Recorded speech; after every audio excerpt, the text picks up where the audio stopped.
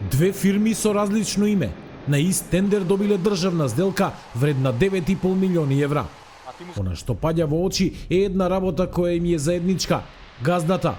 Во собственичката структура на Quantum Solutions и Energy X, фирми регистрирани во мај кога течел тендерот за набавка на јаглен за рек Битола, фигурира едно исто име на 45-годишниот тетовчанец Алибер Ибраими, објави Призма.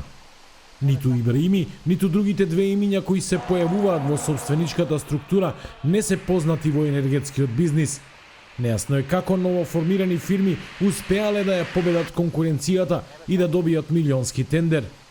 Од Призма велат дека на адресите наведени во Централен регистер вакви фирми нема, ниту пак некој слушнал за нив. Интересно е што во тендерските услови воопшто не се барало искуство во областа.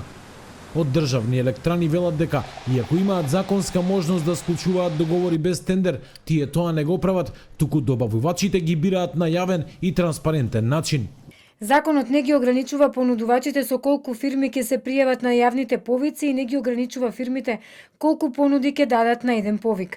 Собственичката структура на некоја фирма не е критериум ниту за квалификација, ниту за десквалификација при јавен повик и истата не се разгледува.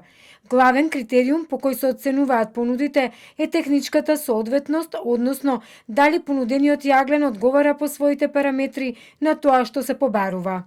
Од ЕСМ велат дека критериуми се и количината која се побарува и цената која се нуди, не споменувајќи ги референците на понудувачот како критериум.